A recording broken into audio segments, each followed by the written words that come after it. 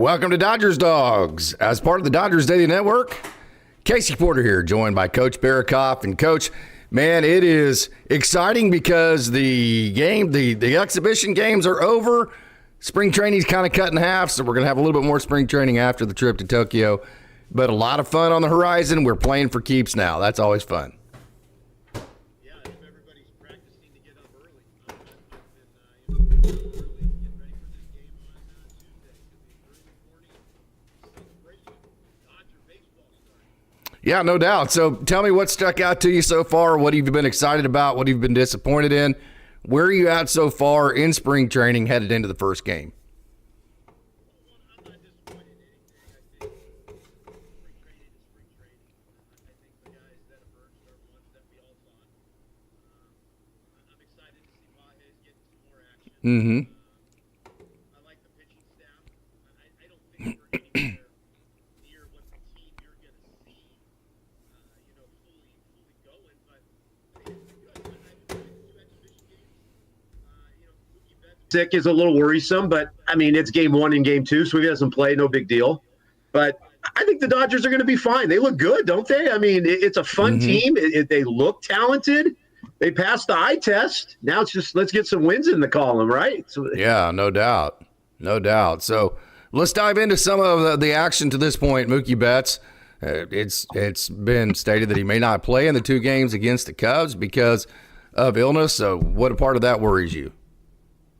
I mean, the flu's going around, I guess. Yeah, right. I mean, my wife and I have had the flu. I think everybody's had the flu. That's my only thing is I was telling my wife, last night we were watching the game. I'm like, that stinks for Mookie Betts having to be in a whole different country and having to have travel and to be sick like that is miserable. I've been sick in Shenzhen, China before, and it's not like being at home in America. It's just a different thing. And yes, they're Major League Baseball players, and their care is being way better than anything you and I will ever get. Sure. But no, it's you never know what you pick up on a flight or what happens, before you left. Mookie will be fine. The only thing I go back to is last year at this time he hit the ball really well against the Padres in this same series. So, I think if you're a fantasy baseball player, I guess you're a little bummed you're not going to get Mookie for a first couple games. But no, there's no worry there for me. Yeah. Yeah, boy, the fanfare in Tokyo, you knew it was going to be that way. I mean, it was everything that the Dodgers thought they were going to be. The atmospheres have been electric. Baseball is awesome in America. It's just on a different level in terms of the excitement in Japan. It's like watching a football game. Well, yeah, it's they were talking about it on the broadcast last night. The guys are giving Shohei a big problem because he's on everything. I mean, he's on everything, commercials, product. The thing that I liked seeing was how much fanfare my man Kike Hernandez has over there. I mean, he's like a cult hero. I thought I was the leader of the Mookie or the Kike fan club, but I guess I'm not. So, no, I mean, baseball. I mean, you look at the history, the team they played yesterday, or 1935 or whatever the year was they were founded. Baseball over there is incredible. It's a whole different experience than here in America. I mean, the banging of the drums and the singing. When Shohei comes to bat, there's silence. Yeah. I mean, out of respect for the world's greatest athlete. I mean, it's cool, isn't it? Yeah, it is. It's really cool. I tell you, it's awesome. But if you've played enough baseball, basketball is kind of this way. Football's not this way at all. But I mean, every day, if I was in an environment like that every day, I think I'd be dead by like June. I don't think I could do that 162 times. I mean, it's amazing they can do that to me. Yeah, we talk about the reach that LeBron and Kobe and Jordan have. Shohei's on a whole different, this is a whole different spectrum. Like, he is a world figure. And over there, it's like, I couldn't believe just what they were talking about and showing his commercials. I mean, Casey, he's on Fortnite now. My daughter came home and said, "Are you going to start playing Fortnite because of Shohei?" And I'm like, no, but he's on Fortnite. I mean, that's crazy to me. Like, the dude's he's on like a world phenom. You're Andrew Friedman right now. You're thinking, okay, I got the best roster in baseball.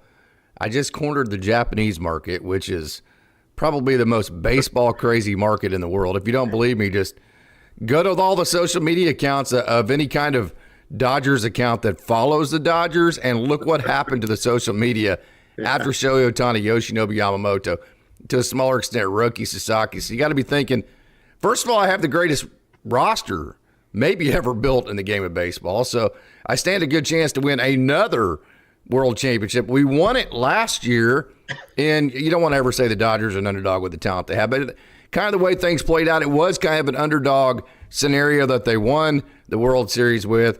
And now I go to Japan, and we're like the most celebrity team in Japan, more celebrity than any team there. So, I mean, if you're Andrew Friedman, you got to be thinking, check. I mean, like you're having your cake and eating it too right now. The reach that the Dodgers have,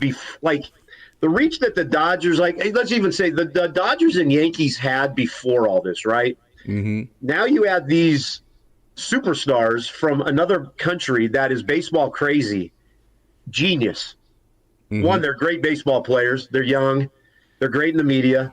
They're well known over there. And now the reach, I mean, they're crazy about Dodger baseball over there and baseball in general. But Dodgers, I mean, that is just, it's genius marketing, money, and what they're, and you know what, you could dislike the Dodgers all you want, but what they're doing for Major League Baseball, mm-hmm. I mean, to see the crowds for exhibition games that the Dodgers brought in and the fanfare that they have, you just watch some of the TikTok or Instagram stuff, all the places they're going and the people that are around them.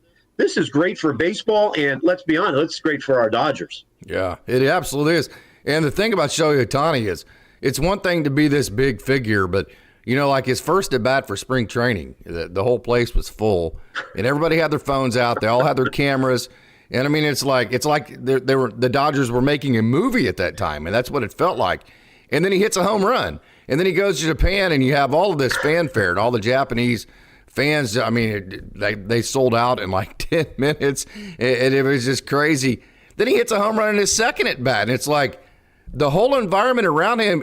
I mean, he's able to embrace it and then give the fans what they want. It's like he's not even human as far as dealing with all of that around him. Yeah, I listened to a podcast that Mookie Betts was on a flight home from California about a week or so ago, and Mookie said, you don't understand, like, for us as players, Shohei is just another one of the guys in the clubhouse. Yes. But he said outside of the clubhouse, he said it's unbelievable how much he's being pulled in all these different directions and how popular he actually is. And yeah, you're right. I mean, the stadium goes silent when he's at bat. Everybody has their phones out, and yet he still produces and he still acts like it's no big deal. Like I've never seen anything like this. I mean, I was lucky enough to be around as a kid and be a big time Michael Jordan fan. Yeah. And the Dream Team of '92. And how much the world watched that. But like this Shohei thing is to me on a whole different level of what he's doing. And I think this exhibition thing has proven he's like the Beatles, right? Like, I don't know what else you compare this to of how do you compare him to anything? I mean, we've never seen anything like this. And how cool does it have to be for like the Jack Dryers of the world and even like a Hunter Fiducia? We'll get into his story here in a minute. The Ben Kaspariuses, they get to be like part of the Beatles. That has to be a really cool experience too, doesn't it? Yeah, and you know, me and I've talked about it before a lot of the times with you, as I look in the dugout, like while the game's going in, they pan in there, and I look how everybody's reacting, and you could just see all these young guys that are getting this great experience, and they're just always watching him. Yes. Even, I don't know if you caught it last night, Roki, he was staring at Shohei after he came out at one of his bats, like he's in awe too, and like these guys are like on the same level in terms of they're on the same team. Like this is crazy. Like you're right. These young guys, man, what an experience that they get to have. Robo gets out there and gets to pitch first couple innings and is masterful in that first exhibition game in front of all those people. I mean, that's awesome.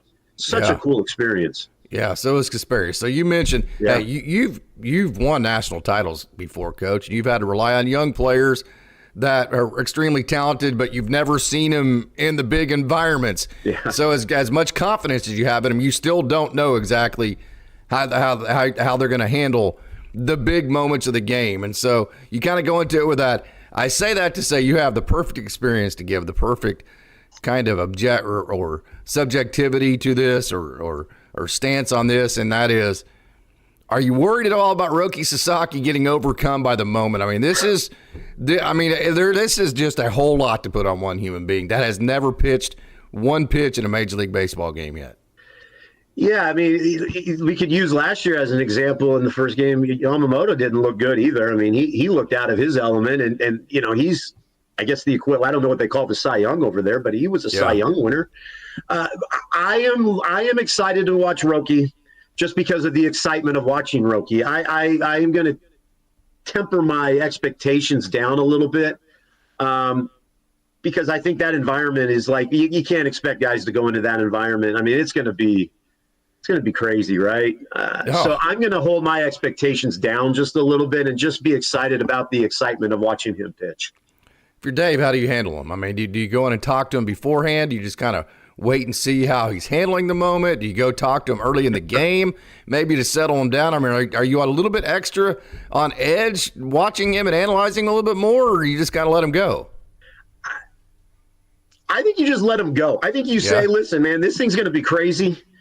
Just go out and be yourself, pitch the way you know how to pitch, and then whatever happens, happens. I don't think you could actually it's hard to say. I can't believe I'm saying this, but I don't know if you could actually prepare a professional athlete for what they're going to step into in their first moment. It's not like he's getting his first outing in Cincinnati or in the Freeway Series. I mean, he's getting it in his home country in front of a sellout crowd against the Cubs, who are a good team. I mean, I think there's going to be so much excitement, excitement on this that I think the more we build it up, I think we just need to step back and just say, man, what an exciting moment for this kid. I think Dave will handle it very well. I think that's one of his great characteristics. He handles players really well. Let's just say he's going to say, man, Roki, what a great experience. Go out there and have fun with it. We're the Dodgers. I mean, enjoy being a Dodger. I mean, I don't know what else he could say. Yeah. Do you have a quick hook? I mean, like if you see that he's nervous and it's not quite going the way, do you protect him or do you let him kind of work through it and enjoy the moment? You're the big-time baseball guy. Yeah, me personally, right. I say you let him work through it a little bit, but I don't think you let him get embarrassed out there because I mean, I think in a great thing, it's going to go well. He's going to throw really well and he's going to be unhittable. But I don't see that happening. Mm-hmm. So I don't think Dave leaves him out there just to kill him. I think Dave brings him in. I think he's very careful with him, right? I mean, does anybody else out there agree with me on that? I think he's very careful with him. I would. I'm not much into protecting young players. I think the only way that you get them over whatever fear they may have is if you get them right back on the horse and you let them know, hey, this is one out of 2,000 performances you're going to have. It's just one, okay? Yeah. And then 5 days later, we're going to have number 2, and then 5 days after that, we're going to have number 3. So let's just relax and start growing and getting better. Having said that moment's going to – this – the opening day obviously is special to begin with. It's a special thing to get the ball opening day. Pitchers will tell you to get the designation of being the opening day starter is a big deal. Now, who knows as far as that goes, but as far as opening weekend, you can feel that way. So there you have that, and then also you have the fact that it's in his home country. So this isn't just going to be one of those games to where 3 years from now you won't even remember it. This is going to be a moment that Roki Sasaki, Yoshinobu Yamamoto, Shohei Ohtani, all will remember, no doubt. So as a manager, I'm a little bit on edge on that. And also, I think it's really good, though, that the Dodgers do have Shohei Ohtani that is so good and just so level-headed. And not just that, you mentioned a minute ago, Shohei Ohtani is just such one of the guys. He's so humble, and he's not Shohei Ohtani, these guys. He's just the designated hitter on this team. Yeah. I think that presence will help Sasaki too. Yeah, I think you hit the nail on the head on that. Shohei is going to be what a great guy to have for our two guys that are opening game 1 and game 2. I mean, Yamamoto, I think, is going to be okay. He experienced this last year. He's through this. He's thrown against the New York Yankees. He's thrown in a World Series. Roki, I think, is going to go out there and let maybe, you know what? I mean, these are where you find out what these guys are made of. I mean, I know it's game 1 or game 2 for him. I agree. In terms of, but you're going to find out. I mean, we're going to have to face the Yankees, the Red Sox, the Padres. The Padres is a crazy environment now out there. So this is a great that's why you talk about being able to play young players. That's why you play a good early season schedule, non-conference games early to find out what your young guys are going to be made of in conference. I think this is just one of those, like, what a great deal. The game 2 of the season, yeah, Roki, go out there and let's see what you got. And then everything will calm down a little bit. So, yeah, what a cool environment. So I got a flood of DMs and messages and comments about Hunter Fiducia. The Dodgers optioned him right before the first exhibition game in Tokyo. And people are like, well, what the heck? This is terrible timing to do this and that. And all it means is that Hunter Fiducia is not going to be on the 26-man roster in the 2 games against the Cubs. That was totally predictable. That was always going to happen. Yeah. This was not a slight to Hunter Fiducia. This was not bad timing. It just was exactly what was always going to happen. It just means that at this moment, he's not on the 26-man roster, which means if the season started tomorrow, he starts in Oklahoma City. He knew that was coming. We knew that was coming. The Dodgers knew that was coming, and that's why he also played in the exhibition. So I wanted to get that clear. So your thoughts on that Hunter Fiducia situation? Not surprised at all. I mean, let's not forget Austin Barnes is our backup catcher. Mm-hmm. I mean, we all love Hunter. We all want him to succeed and do well, but Austin Barnes is the backup catcher, and he's the backup catcher for a reason. And that's just how it's part of the business. It's not like Hunter didn't know this was going to happen. I'm sure He knew this was going to happen. And you know what? I mean, we've got the Freeway Series coming up after this. He's going to play in the Freeway Series. If something happens to Austin Barnes, this guy's going to be right up right away. So, no, not surprised at all. And I think you got to remember, I think sometimes we forget Austin Barnes is our backup catcher. Yes. So until something happens to Austin Barnes or he's no longer on the roster, this is what's going to be Hunter's career or life right now at the moment. He's going to be up, down, and that's just how it goes. Just kind of in purgatory. And it's nothing that he's doing. You see it every day too, Coach. Yeah. Hunter is the consummate pro, man. He never complains. He always just does what he's supposed to. Probably has deserved more chances than he's been given. And you could not tell by any of his mannerisms and the way that he acts from day to day. True pro. Ela Shiva's joining. Thank you so much, Ela Shiva. Says, I'm seeing various rumors suggesting a Hunter Fiducia is a trade piece to get perhaps a center fielder. Your thoughts on that? Interesting. Yeah, I would love to know what center fielder we would be going after because I guess maybe I have just been too busy watching the conference and the basketball tournament is getting ready for this week coming up. But yeah, that would be interesting. I mean, let's just look at it. Rushing is the future, right? So where does that put Fiducia?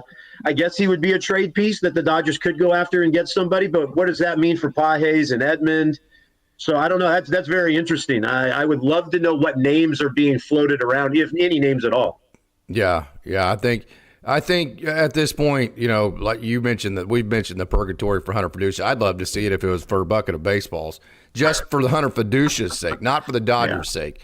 He's good. He's good depth. He's a great guy to have at your AAA level. He's a great guy to bring up.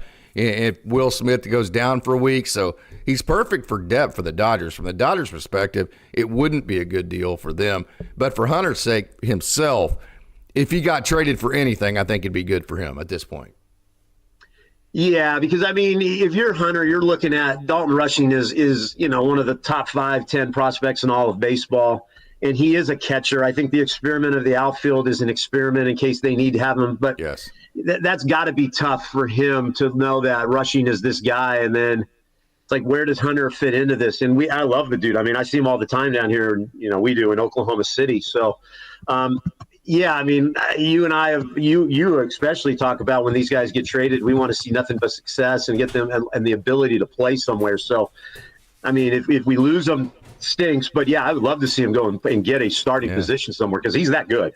Yeah. Hey, Van Mills, thank you so much for joining. Van Mills says it's great to be a part of the Dodgers Dog Live from Charlotte, North Carolina. We love all of our North Carolina Dodgers, River Ryan being one of them, Jackson Ferris being another. I've never met a baseball player or a human being from North Carolina that wasn't salt of the earth and very, very good. Chris Fauborg says Luis Robert Jr. for one. So let me kind of open up that can, Coach.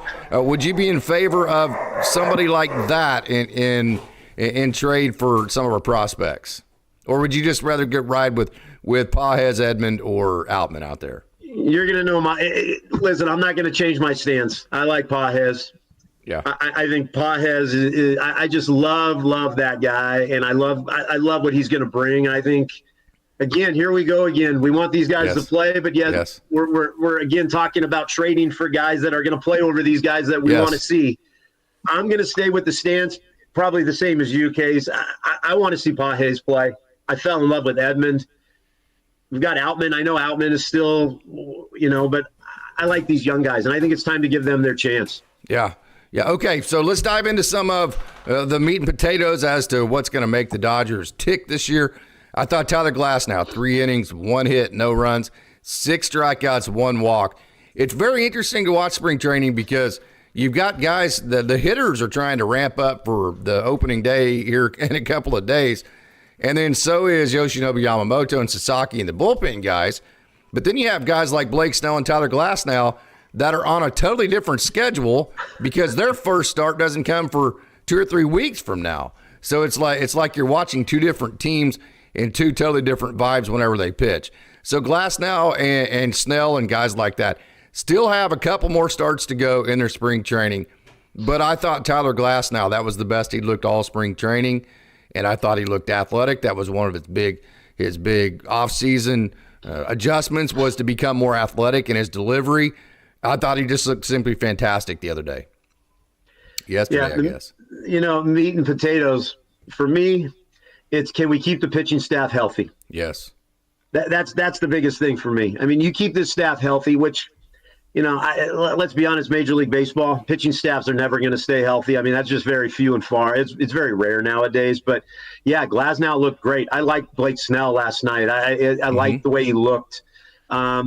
If you keep this staff healthy and Dustin May comes back and throws right, I mean, this staff is very scary. I mean, especially if they want to go to this 5-6 man rotation. Mm-hmm. I think that I like the idea of it. I think somebody said it's never been done before in baseball, a 6-man rotation. I thought I heard that on Sirius radio the other day. But if the staff stays healthy, that to me is the whole key to this whole thing. Yes. Is why we've acquired all this depth. But yes, Glasnow, I mean, you get a healthy Glasnow, Blake Snell's going to give you what he gives you. This is scary, very scary staff. And then what are we going to do late in the season when Kershaw comes back? I mean, there's some decisions to be made there. So that's, to me, is the meat and potatoes. Does the pitching staff stay healthy? 100%. So I'm glad to see that you're on the same page with me and Blake Snell. I've had some messages.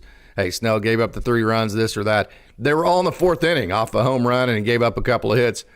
I took out of it, hey, the first 3 innings were an absolute smoke show. And again, this is a little bit past the middle of his spring training. So the Dodgers are just trying to extend him to that 4th inning, probably knowing that he was on edge right there. So being spring training, being all a process to it, I took out 100% out of Blake Snell's outing.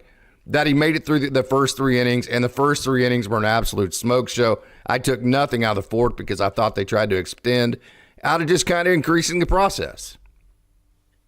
Yeah, I've listened to enough of the spring training games that the pitchers are working on stuff, and Snell going into the 4th. Yeah, he gave up a 3-run home run. Okay. Yeah. I thought he looked outstanding. And again, I will be the first to admit, I've never liked Blake Snell. Yeah. There was something about the guy. He's a competitor. He was always on teams we didn't like.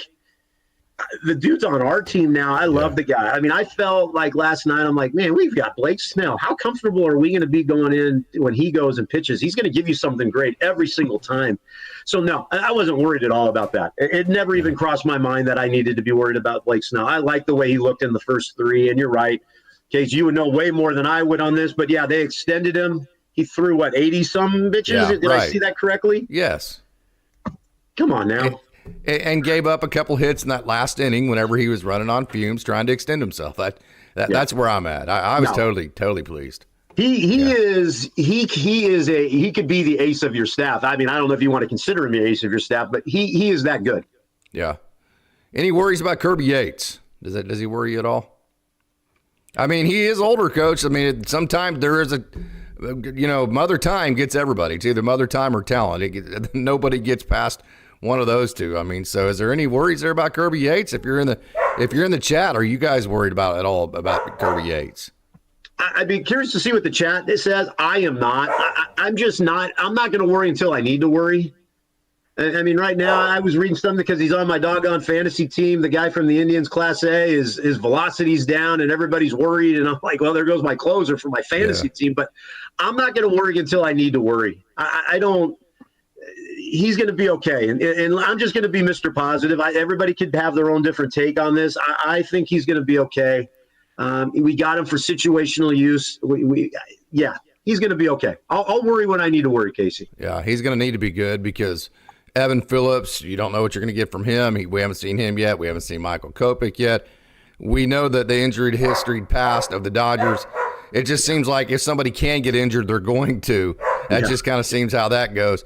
So Blake trying to look good the other day, but I think Kirby Yates and then Tanner Scott, I thought, Tanner Scott had a couple of rough outings, and I posted, hey, no biggie. This dude hasn't always been great. He knows how to deal with having to just kind of get himself back up off the mat and continuing to grind. You knew that was going to happen. I continue to just be blown away with the underlying metrics of Tanner Scott. So he was 93, 94, then he was 94, 95. We kept saying, hey, the more outings he gets, the velo is going to continue to grow. Well, his last outing, he's 96, 97.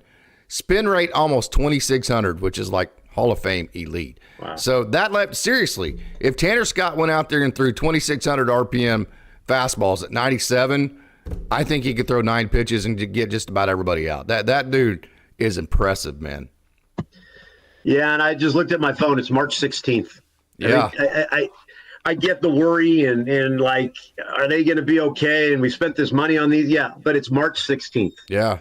I mean, they may. Who knows how their arms were coming into camp? We don't know all these other things that go on. He might have came in and said, hey, it's going to take me a little bit. And then they might have known that. You just don't know. Yeah. But I'm looking at my phone. It's March 16th, man. I think we're going to be okay. And you asked me if I'm worried. I am not going to worry until I need to worry. When that live podcast starts that we talk about that, then I'll worry. Yeah. But no, I'm okay right now with it. How about my boy Alex Vesia? I mean, he's flipping it up there at a cool college 91, right? I went to an Oklahoma State game, and every single pitcher out there threw 91 or harder, right? So I call it a cool college 91. He's flipping it up there 91, coach. Now, very small sample size, 4 2/3 innings. Nothing. Alex Vesia, again, Dodgers fans want to complain. They don't anymore. I think they've gotten over it. But Alex Vesia, again, coach, just not allowing any runs. I love that guy. Yeah, and it's like these are the Dodgers. Like my wife and daughter, we all gravitate to are the guys that are always getting hammered by the fans. Like I love the dude. I love his antics on the mound and hitting the glove and always fidgeting around. Like I love him. He's like the mad Hungarian out there. If people know who I'm talking about. I don't know the guy how to pronounce the guy's last name, but the mad Hungarian was a little wild. I think that's Vesia. Yeah, and it's like Dodger fans, relax. I mean, we've got some dudes. And he proved in the playoffs that he was reliable. And it's it's March. It's March. It's not even April yet, and we're already getting fans that are calling for this and calling for that. And these are our dudes. Like let them settle in. We haven't even played a game yet. You know who I think has Shohei Ohtani? You can't pay this guy too much. It wouldn't be possible. He makes you too much money, and he's going to win you too many world championships, which is going to make you more money than you'll ever know what to do with. So there's no way to pay Shohei Ohtani too much. But I'll tell you, beyond him, right, the guy I think has the most team-friendly contract, like the Dodgers are getting the best steal out of, is Anthony Bonda. I mean, this guy is absolute nails. He's $1 million. I mean, he was thinking about going to play in Japan like a couple of years ago. He was coaching high school. I was listening on the broadcast. Steven Nelson, who, by the way, has some Japanese heritage. He just is absolutely awesome to listen to. Tim Neverett has been such a joy to listen to as well. So Anthony Bonda, man, that's my kind of dude. He has the type of background that he has no entitlement. He's had nothing handed to him. He said, and Eric Karros said this, and he was exactly right.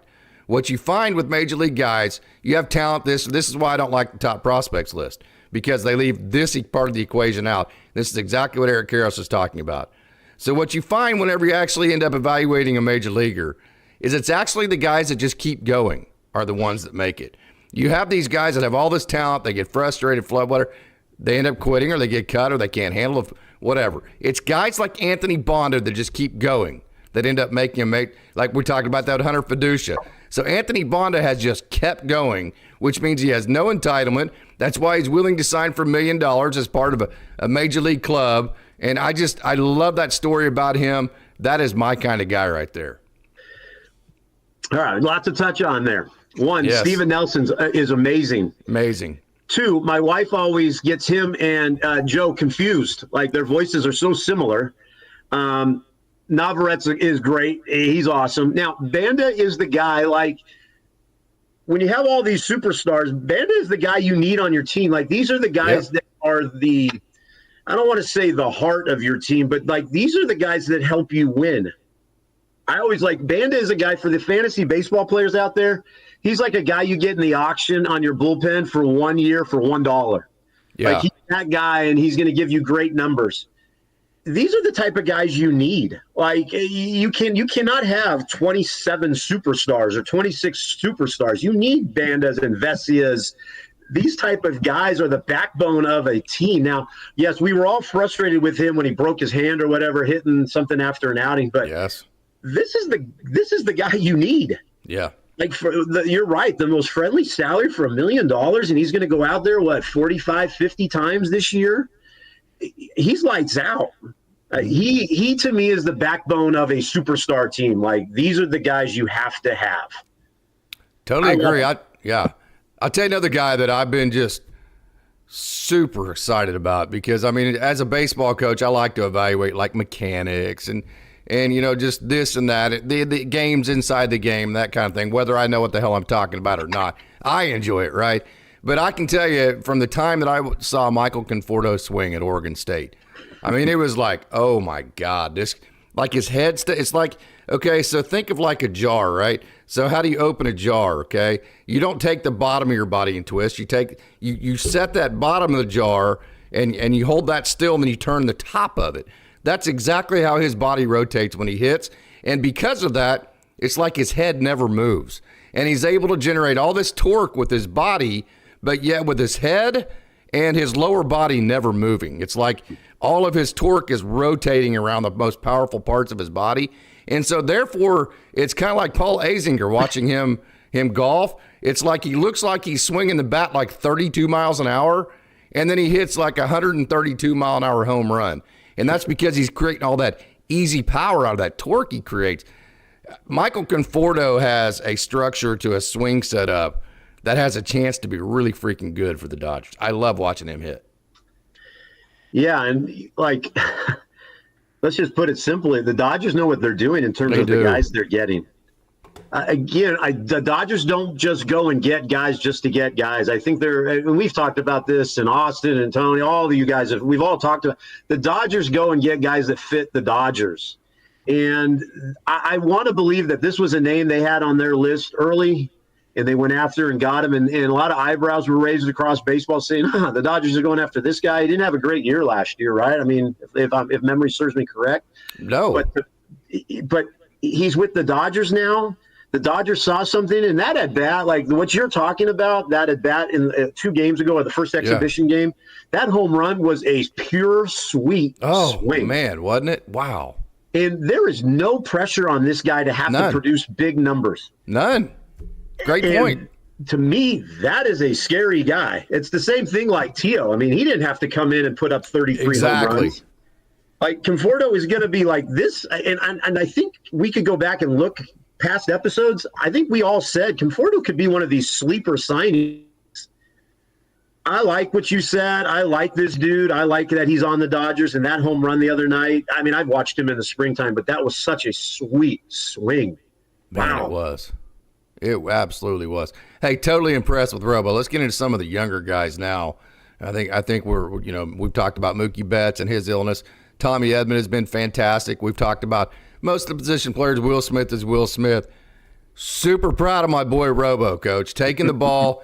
I've said it I don't know how many times. The bigger the environment, the more adrenaline he gets, the more excited he gets. Now, sometimes in baseball, that doesn't work to the advantage of baseball players, because it's not about just increasing your energy level.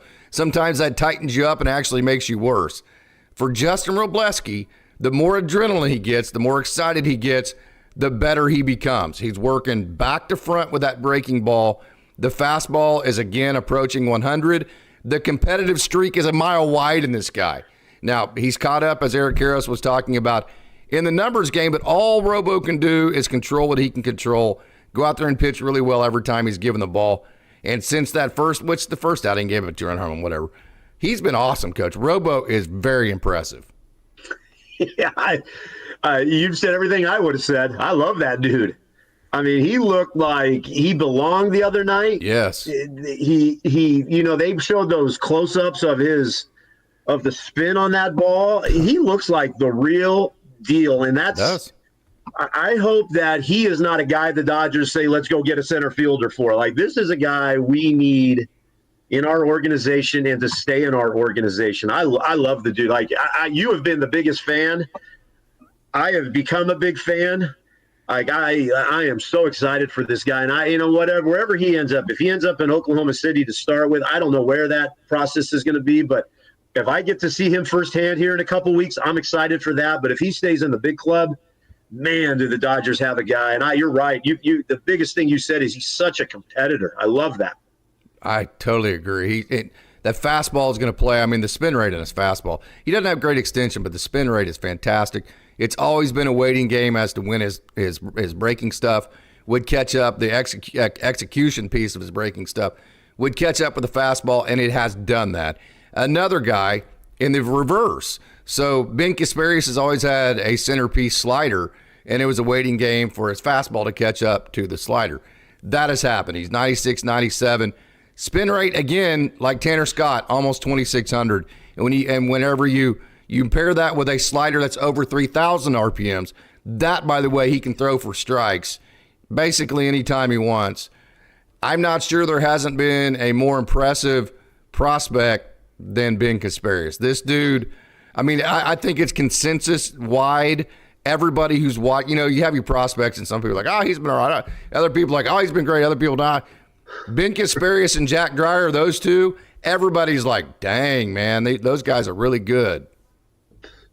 Yeah, that's why I don't want to see these guys ever mentioned in trades. Like, these are guys like remind me of back in the day, like Bob Welch and Oral Hershiser, and you can say, but Fernando, but like, it just reminds me of like these guys that came up with the Dodgers and then they stuck with the Dodgers for a long time. And I love these two guys, these young guys, Robo, Ben. Like, these guys are what, like, I look at this and say, in 5 years, man, the Dodgers pitching staff, like, these dudes are really good. Mm-hmm. You gave out all the analytics and all the great numbers. I just looked at them from a pure fan perspective. Yeah. I want those guys on my team, and I feel like, man, these young dudes are great to have. And I don't want that day to come when we start hearing their names being mentioned for trades. Like, these are these guys I want to protect. So I think an underrated aspect, we've talked about the culture that Andrew Friedman builds. This is more impressive than what the Yankees did to me. Of course, they haven't won the amount of World Series yet that the Yankees won in the late 90s, early 2000s. But the Yankees weren't also building a farm system and also building a brand in Japan and also, just kind of building on the margins, like with your Tommy Edmonds and your Anthony Bondas, and developing a Ben Kasparius and guys like that. So if the Dodgers can go win 2 or 3 World Series the next 4 or 5 years, this is the most impressive front office job that I've seen in my lifetime. The Big Red Machine was obviously pretty good too, but I say that to say Dave Roberts is in a pretty good spot right here. Super excited that he got his extension. He didn't ask for, he got quite a bit of money, the most amount of money of any manager, but I think there probably was some money left out there. He didn't care. He just wanted to get it done. Let's get it going. Okay, so let me touch on what you talked about. I was thinking about this the other day, and I was trying to look on my phone. Who was the general manager? Or somebody was complaining about Dodgers are ruining baseball. So I sat back and thought for a little while, okay, so if the Dodgers never were to make trades and you have to keep just with who you have in your farm system and you build up, the Dodgers are still going to be doing what they're doing. Absolutely. So I think people are missing the thought, yes, Freeman, Shohei, these guys, right? Like those are the obvious ones. But if the Dodgers were told, along with everybody else in baseball, you have to keep who you have in your organization, you have to keep from build up from your minor league system on up, the Dodgers still would be winning World Series. We've had the top 5 minor league system, even drafting late. And you guys have talked about this on your Down on the Farm system, but the Dodgers still would be winning World Series or in the hunt to win a World Series with this. So I don't want to hear these people saying Dodgers are ruining baseball. The Dodgers are ruining baseball because they're out scouting, they're out drafting, they're outperforming in the minor leagues than all these other guys. And I think there's a lot of jealousy. Yes, there's jealousy from the money that's being spent, but they're also jealous because we're spending all this money and our farm system is still one of the top 5 in all of baseball. So I'm tired of hearing all this whining and complaining. Our minor league system will beat any other minor league system, and we have built from within. So there's my rant. Hopefully people agree with me on this. It was the owner of the Rockies. We have a comment from Chris Faubourg that made that comment. The Rockies, who, by the way, finished last place last year and added nobody to their roster. Rich of them to complain, right? The team that's trying. They're living financially off the coattails of the Dodgers. Yeah. You know? Yeah, and they're still smarting from signing Chris Bryant with a bad back. So it's like, Rocky, you know what? You're right. It was the Rockies. So get over it, Rockies. Yeah. It's just the stuff drives me nuts because, everybody wants to argue with me about, Dodgers, who are you going to buy now? I'm like, you take away 3 or 4 of those guys. The Dodgers are all finding guys off the free agency who've been discarded, and they're building within their minor league system. So it's like, I don't want to hear these arguments. It's just what's happening is now everybody's jealous, and we're just happen to be the big boy team now in the market. And I'm okay to deal with that. So, and the Rockies, forget them, man. I don't like those guys anyways. Yeah, no doubt. And then also, so I kind of lost my train of thought a minute ago when I was talking, but Coach Holt taught me a long time ago that, Coach, you're either getting better or you're getting worse. You're never staying the same. So the Dodgers went and got 2 of the best Padres. They got 2 of the best Giants.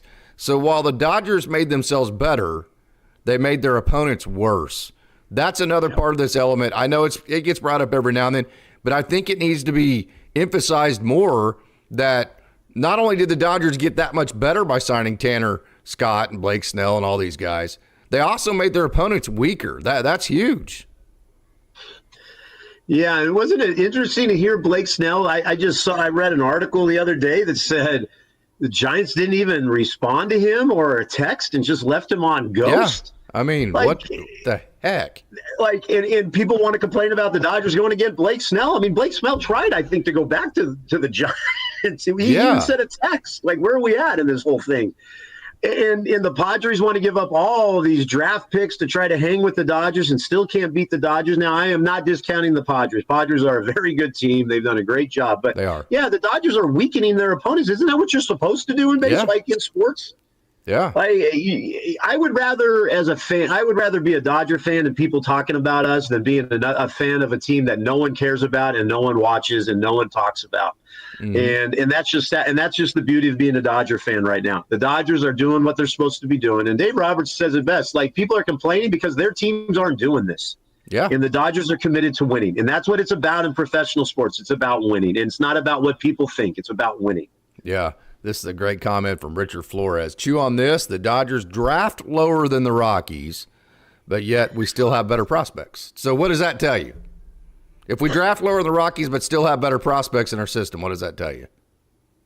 Exactly. Like, why didn't he want a team? He should have touched on that, the Rockies guy, that his scouting department's not good enough. I mean, come on now. Yeah. Stuff is driving me crazy. And it's not just like Jackson Ferris and Zaire Hope. We have them because of trade, right? So it's not just the scouting department. It's also the pro scouting department where you go and you scout a Michael Kopech or you scout all these other guys in other systems that are your own players, and you're like, okay, so the Dodgers, they wanted to draft Zaire Hope. They knew who Zaire Hope was. A lot of these guys that are like that the Dodgers end up going back and getting. So it's also the pro scouting side of the Dodgers system where they know all the other players, all the other organizations' prospects as good as they know their own prospects. And so you go trade a guy like Yinsi Almonte and Michael Busch, and you go get 2 just ridiculously awesome prospects because you've done the work to know just how good Jackson Ferris and Zaire Hope is. That's not money. That is intelligence and just knowing what you're doing right there. Yeah, I mean, you touched on it. So did the guy in the chat. I missed who his name was. But, yes, the Dodgers are just out working people. Sure, Yeah. we've got more money and we can send more people out. But the Dodgers are out working people. They're out drafting people. They're advanced scouting of guys that are on other teams that aren't doing well. The Dodgers go and get them, fix them, and they come here and do well. So it's awesome to see. It's awesome to be a fan of. I'm looking at the Dodger rankings right now, and like the minor league rankings. The Dodgers are just loaded. Yeah. I mean, for years to come. I mean, these rankings are incredible of seeing the players. I mean, Robo's the 8th best prospect right now. I mean, that dude's a stud right now, and he's listed on a thing as the 8th best prospect. So, yeah, the Dodgers are just so far ahead of everybody right now in terms of everything that they're doing, and I think you're going to see more people complaining. But you know what? Bring it. That's fine. Yeah, absolutely. So let's take Ben Kasparius out of the equation. Let's take Jack Dreyer out of the equation. Let's take Robo out of the equation. What prospect has excited you the most that you have seen with your own eyes in spring training, or is that too tough a question at this moment? I like Hope. Yeah. I really like Hope. There's something about Zaire that I like what he brings. He has excitement. He reminds me of what Major League Baseball is trying to do right now with the speed and the excitement. Like he reminds me of that guy. There's a name, and he's not a name that anybody's going to go crazy about. And he wasn't spectacular. I like this D kid, the center field guy. Am I right in saying he's our center fielder, Dean? Justin Dean, yeah, he's going to be in Oklahoma City, real fast. Yes. So, listen, I'm probably the only guy that would ever mention him in terms of somebody that excited me from spring training. No. I've had a lot of comments on him, Coach. Yeah, he's been one of the popular ones. Yeah. Good, man. He's got a rocket for an arm. I've liked him. The Lindsey kid, I was excited to see him shoot up the rankings. Kellen Lindsey, I told my brother Jeff he needs to go buy cards on him. And Jose de Paula. Like, listen, if we're really going to be patient and look at this 18, 19-year-old, now he is what Major League Baseball is all about. That kid right there, wow. I mean, that kid, just looking at him, and for a 19-year-old and the way he looks, he fits like what Major League Baseball superstars are looking like. So those would be my names. But yeah, I mean, it was cool to see some of them get some action in the spring. Okay, man, we're about to wrap this thing up. We have a great crowd. We've had a great crowd tonight. Austin Brubaker's actually joined. Vin1988. Vin1988 is my favorite social media handle, no doubt about it. CNAV has joined. Yeah, he says Justin Dean. He made some great plays in spring training. So we've had a great crowd. Coach, what excites you the most about getting things started, playing for keeps here in a day or two? Well, let's say this. I'm excited because every single day I'll be watching my favorite team along with everybody else out there. I'm just excited to see, like, from a coaching perspective or as baseball manager's perspective, seeing how it all comes together. Mm-hmm. I mean, it's not easy putting a bunch of superstars and molding all this stuff. I'm just excited to see it all come together and see what the Dodgers, how they are able to handle the pressure of being the team everybody's gunning for. And then again, I'm just excited to see Dodger baseball for real and being able to look at box scores again and to be able to be on this podcast with you and talk Dodger baseball and Austin, Tony. So, man, it's great. We're here. Like, it's Tuesday at 5 a.m, right? For us, is that what it's going to be? Tuesday, 5 a.m. Yeah. I'm going to be up. I cannot wait. And it's just time. It's time for Dodger baseball, man. That's all. I'm just excited. It's Dodger baseball time. Let me ask you a really tough question here. So it's going to happen. The Dodgers are going to win the NL West. They're probably going to we're probably going to win the World Series again. So let's make sure that we have that disclaimer out there before we go here. But if I were to say the Dodgers don't win the NL West and they have a disappointing season this year, and it's not because of health, what reasons could you see for that happening? It's professional sports underperforming. Yes. Not performing up to I mean, as fans and seeing these guys make this much money and seeing the statistics behind them, we expect them to do it like all the time. I'll leave you with this, Case. When I listened to this podcast, Mookie Betts said people don't realize we play every single day. Yes. We have to deal with family expectations and our kids and the travel and being on the road, and then you play a noon game, and then the next day you're playing again at a certain time.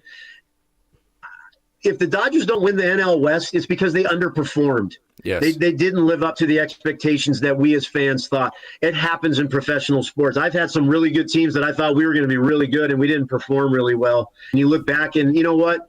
That might happen. I think we just expect to win a World Series now with what we have, but they're human beings, and sometimes they just don't perform up to what we think, and that could happen. But I think what's the beauty of sports and being a fan of a favorite team is we find out who the true fans are, right? I'll be support. I say this all the time. This will never happen, but if the Dodgers won 10 games, I would still watch all 162 of those games and still would be a massive fan and still be all in on them no matter what happens. So go Dodgers. I love them.